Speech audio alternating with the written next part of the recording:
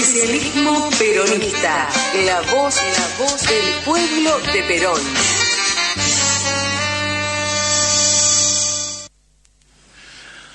Bueno, estamos en un tercer bloque ya de Justicialismo Peronista en el día de hoy y denominamos esta editorial como la economía de fuerza y la continuidad del esfuerzo, que son dos principios de la conducción política. ¿Atribuidas a quién?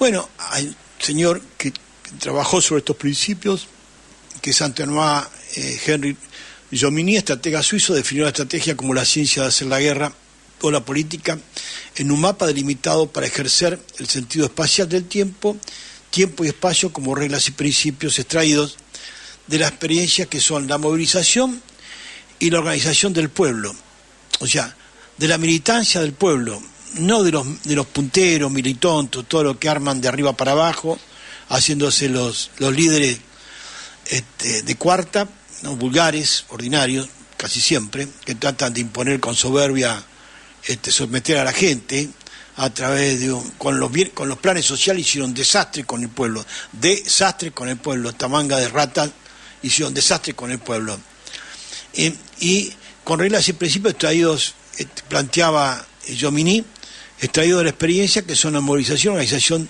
de la militancia del pueblo. No hace falta comprar al pueblo con dádivas y limosna para que lo suban arriba un micro para llevarlo a un acto. Eso es, lamentable. Esto es trágico. Hoy no tenemos ni pueblo organizado ni movilizado. Y esto lo planteaba este teórico de la conducción estratégica, ¿sí?, para lograr la movilización, organización de la militancia del pueblo, para lograr el éxito en el momento de la decisión, cuando se produce ese famoso centro de la gravedad. Su experiencia en la etapa napoleónica surgen los conceptos continuos de la economía de fuerza y la continuidad del esfuerzo, mediante el trabajo de mantener un flujo continuo de conducción táctica, estableciendo la acción y la operación táctica.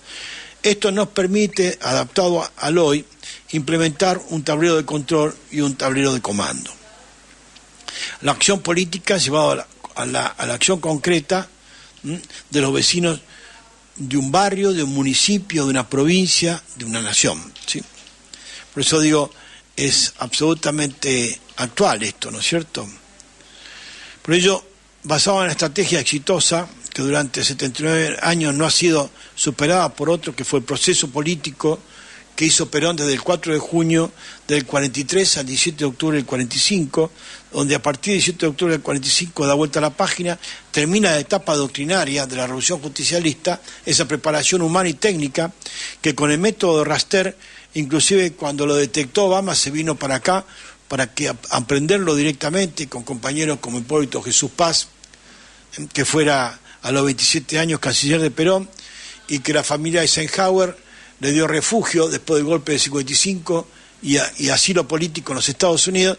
Él sentía un compromiso, una deuda de honor, una deuda moral, y decidió colaborar, gracias al pedido de María Alicia Eisenhower, hija de Milton Eisenhower y sobrina del que fuera presidente de Estados Unidos, y se puso a disposición para poder colaborar con esto. Yo tuve la posibilidad de participar en algunas reuniones con ellos, y después de ser contratado y trabajar ahí en el país del norte como consultor auditor del proceso basado en el método de Raster, ¿no?, que basaban en unidades militantes que nosotros titulamos Casa Peronista, que ellos llamaron familias anfitrionas. El método fue el mismo, la ideología es otra, por supuesto, no va a tener nada que ver con la filosofía y la ideología del Partido Demócrata, todo ese movimiento Servicio para América.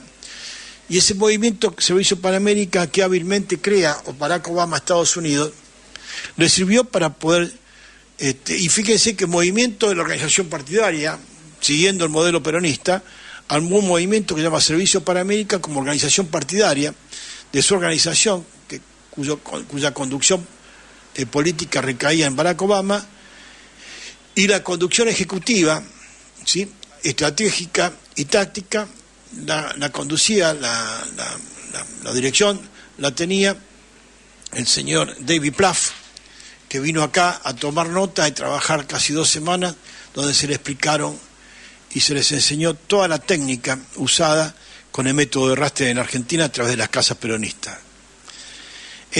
Juntando y recogiendo de cada sector, de cada barrio, las propuestas políticas del pueblo, que son casualmente la materia prima de los programas de un plan de gobierno. ¿De dónde sale un plan de gobierno?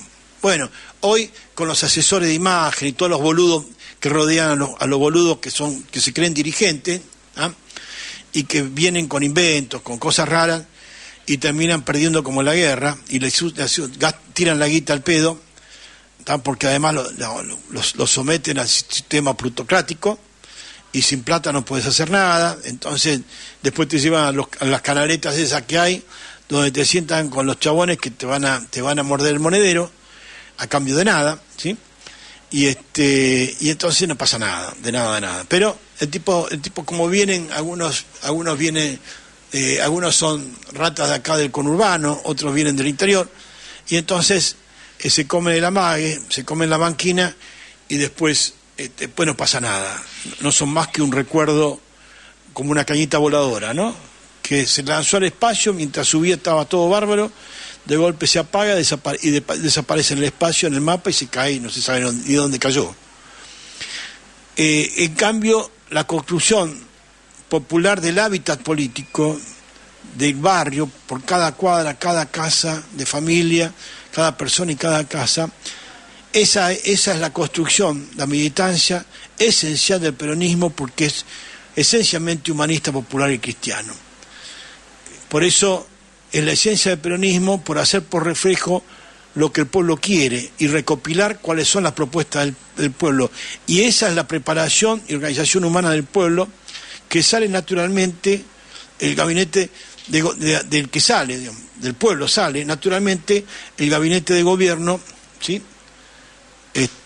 Provincial y nacional, sin ningún tipo de inconveniente. Entonces escuchemos cómo es la organización del gobierno a partir de este modelo de preparación humana y técnica del pueblo, donde salen naturalmente de esos equipos, los equipos de la preparación humana que hizo Perón, de las prédicas, los equipos de prédica, los jefes de prédica, van saliendo los círculos concéntricos de los diferentes grados para la conducción del gobierno. O sea, primer nivel ministerio, Secretaría de Estado y Subsecretaría de Estado y direcciones. Ahí tenemos ese audio. Tuvimos la ideología preparada, dividimos ese Consejo de Concepción en grupos. Se hizo un grupo económico, un grupo político, un grupo social, un grupo cultural, y entonces eso nos permitió ya ir orientando un plan. Los planes, en realidad de verdad, tal cual lo hicimos nosotros, son de una gran simplicidad, pero son también preparados muy objetivamente, lo que daba la posibilidad de una comprensión de conjunto. En primer lugar, preparamos la estadística. Indudablemente, toda la estadística del Estado la tomamos y la coordinó el doctor José Figuerola, que era un gran estadígrafo, posiblemente el mejor estadígrafo que había en la Argentina. Él, cuando terminó de compilar toda la estadística, me llamó un día y me dijo: vea, general, lo coronel, yo era en ese entonces, esta estadística es toda falsa. Tuvimos que hacer 15.000 encuestas para contar con una estadística empírica, pero real. Me acuerdo que Figuerola me contó un cuento ese día y me dice: vea, dicen que las 3 mentiras más grandes las dicen los curas, las mujeres y la estadística. Dice, de manera que esto nos viene comprobando la verdad de ese cuento. Bueno, Perón realmente organizó toda esa preparación humana. Yo le decía, en este momento se manejaba el concepto de revolución nacional, y entonces eran equipos de predicadores. Perón llegó a reunir, a organizar y estratificar orgánicamente, movilizar y organizar, es decir, dentro de un espacio concreto, no una militancia anónima, sino nominal, ¿no? Con nombre y apellido. Entonces estaban los equipos de prédica distribuidos por todo el país. En la provincia de Buenos Aires solamente llegó a realizar a razón de hasta 4 a 6 plenarios por día, recogiendo las propuestas y demandas políticas del pueblo, y luego recorrió 32.742 kilómetros en la provincia de Buenos Aires, día por día. Ahí están las fotos de Perón en un camino de provincia, un camino de tierra, en un coche grande. Yo decía que un De Soto 38, mi viejo tuvo uno de esos, con transportín y parecía una limusina. Y ahí están comiendo dos viandas, Evita y Perón, una vianda cada una, con una secretaria, aparte un chofer. Los choferes fueron Froilán González, fueron Juan y Oscar Gálvez. O sea, Perón tenía un equipo de trabajo muy importante para lo que era la conducción táctica de todo el proceso político. Por eso la preparación humana y preparación técnica en Perón no fue un verso, no fue una realidad. Esto transcurrió entre el 4 de junio del 43 y el 17 de octubre del 45. Acuérdense que Perón vuelve de Europa ya con la concepción de esa revolución social y el diseño de un Estado social en la cabeza, y comienza a ver que fundamentalmente el eje de esa revolución debía ser la justicia social, la justicia atributiva, sinónimo, justicia del bien social común, justicia inapelable, ¿no es cierto? ¿Sí?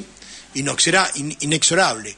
A eso le llamó justicia social atributiva en cuanto a proveer a la gente más vulnerable, más vulnerada, más empobrecida, los medios indispensables para rehabilitarse socioeconómicamente y sociopolíticamente y tener una vida digna, ¿sí? Una casa digna para vivir, indumentaria, buen alimento, o sea, protección económica de la familia.